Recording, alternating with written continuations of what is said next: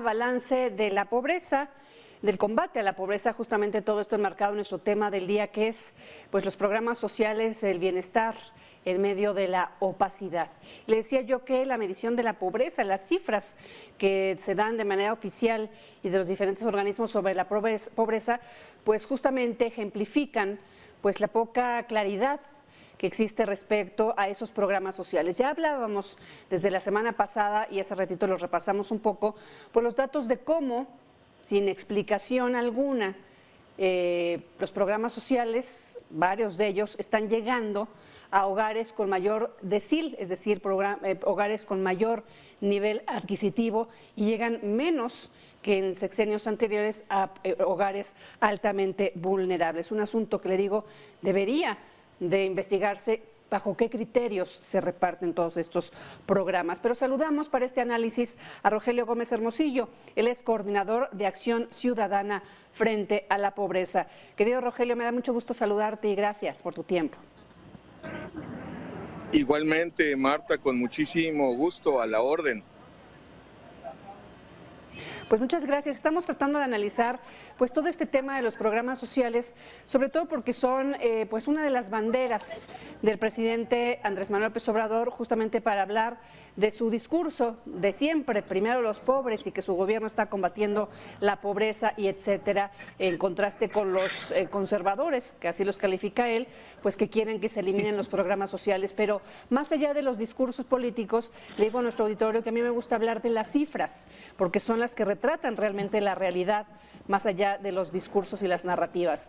Y bueno, no sé qué datos tenga Acción Ciudadana frente a la pobreza, de la pobreza en nuestro país en este sexenio. Bueno, tenemos los datos oficiales, Marta.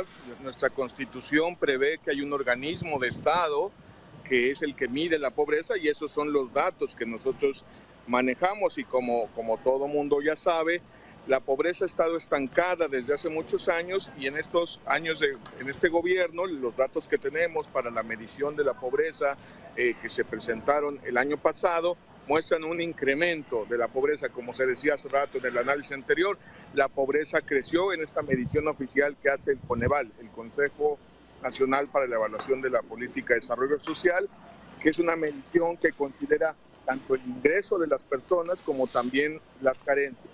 Y para tener un termómetro mucho más actualizado, Coneval también cuenta con una medición parcial que solo mide la parte del ingreso laboral, con una encuesta que hace el INEGI cada 3 meses, y que entonces cada 3 meses nos permite ir viendo cómo es la evolución. Y entonces sabemos también que de esa medición que tuvimos para el año 2020 a la fecha, la pobreza también ha crecido, ha subido un poco, luego bajó, pero al final está estancada, y a nivel de porcentaje, y como somos muchas más personas, hay más población, pues ha crecido en cantidad de personas que no tienen un ingreso suficiente ni para adquirir la canasta alimentaria, aunque trabajen. Esa es una situación muy grave, y lamentablemente ningún programa social puede resolver eso, porque si no es el trabajo la vía de salida frente a la pobreza, pues no hay otra manera, Marta.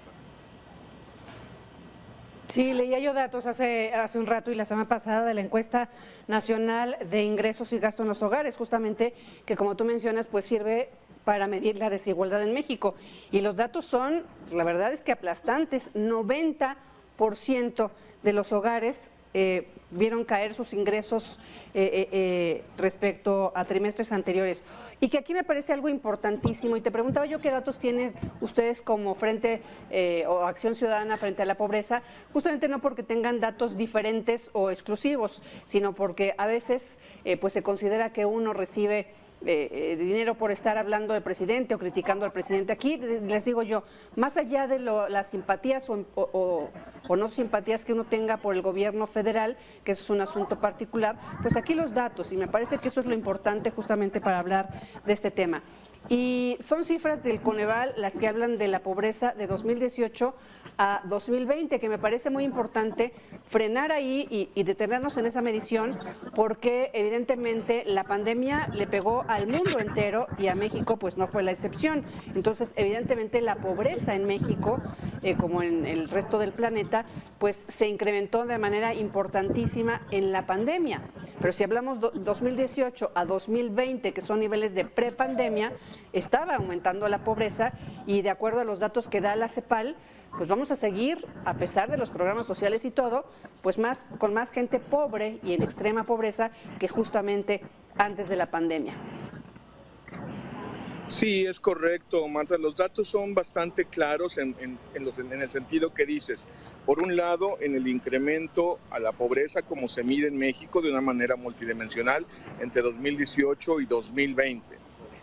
También podemos tener datos, te decía, sobre cómo se comporta el ingreso laboral de los hogares, que la verdad es que es un muy buen predictor, es un muy buen termómetro, porque pues es la principal fuente de ingresos de la mayoría de la población en México, y cómo se comporta el ingreso laboral, se comporta al final el ingreso total y la condición de pobreza de los hogares. Y ahí lo que vemos pues es que ha habido un crecimiento alto ante la pandemia, ha empezado a bajar, pero cada año, digamos, baja un poquito a principios de año cuando viene el incremento de los salarios mínimos, que es lo que gana la gente más pobre, y luego empieza a crecer conforme aumenta el costo, digamos, de la canasta alimentaria, de los artículos básicos. Y aquí el punto es que los programas sociales, la verdad es que no están diseñados, no están, por más que se diga en el discurso, y qué bueno que lo planteas así, que es un asunto de datos, la verdad es que se habla de que son programas de combate a la pobreza, se habla de que primero los pobres, pero los programas sociales en realidad son instrumentos que deberían servir para proteger derechos sociales. Por ejemplo, las becas para que niños de los hogares más pobres sigan en la escuela. Pero no quiere decir que con una beca de 800 pesos un hogar va a salir de la pobreza, porque eso sería pues prácticamente imposible. La canasta básica de una persona ahorita anda como en 4,300 pesos, por redondear. Entonces, con una beca de 800 pesos, porque los hogares reciben eso, una beca de 800 pesos, o digamos un apoyo para adultos mayores de 1,300 pesos al mes, digo, les dan cada 2 meses, pero la cantidad mensual es esa, pues no saldrían, no alcanza, no están diseñados para eso. Entonces, se habla mucho de que serían programas de combate a la pobreza, cuando en realidad son programas, en todo caso, de alivio de ciertas situaciones relacionadas con la pobreza. Pero yo sí quiero insistir, Marta, porque los datos son muy claros, que la única manera que vamos a poder resolver la pobreza en nuestro país no va a ser con programas sociales, sino cuando se mejoren las remuneraciones y el acceso al trabajo digno para la mayoría de las personas. Hoy millones de personas trabajan y no les alcanza para la canasta básica, no les alcanza para superar el umbral de pobreza. Entonces, por más que se hable de programas sociales, pues no son suficientes, porque además, donde hay que resolver, digamos, las políticas que hay que mover, pero no solo las políticas, sino es todo un tema de la economía, es cómo se generan trabajos que tengan remuneración suficiente para que la gente tenga el ingreso en su hogar para superar la línea de pobreza y comprar lo más básico. Ese es el punto clave donde yo creo que está un poco confundida la mirada a veces de los gobiernos durante muchos años, y en el discurso político nos hacemos muchas bolas, porque al final, si no es el trabajo la vía de solución frente a la pobreza, no hay de otra, no van a ser los programas sociales. Los programas sociales pueden servir para ayudar, por ejemplo, a que los niños sigan a la escuela, o si hubiera acceso a servir salud, pero ya vimos que esa fue la carencia que más aumentó entre 2018 y 2020, lo cual es muy grave, sobre todo cuando estábamos en una pandemia. Sí. Sí, por supuesto. Programas sociales como una de las herramientas para combatir la pobreza, pero evidentemente no la única, ni tampoco pues manejada con narrativas y lamentablemente con fines electorales. Pues muchísimas gracias, Rogelio Gómez Hermosillo, y gracias a Acción Ciudadana frente a la Pobreza por este análisis. No, muchísimas gracias a ti, Marta. Quien quiera ver nuestro último reporte justo sobre los datos de pobreza, vistos en una perspectiva como la que platicamos ahí en frentealapobreza.mx o en nuestras redes sociales de Acción Ciudadana frente a la Pobreza. Yo te agradezco mucho, muy buena tarde.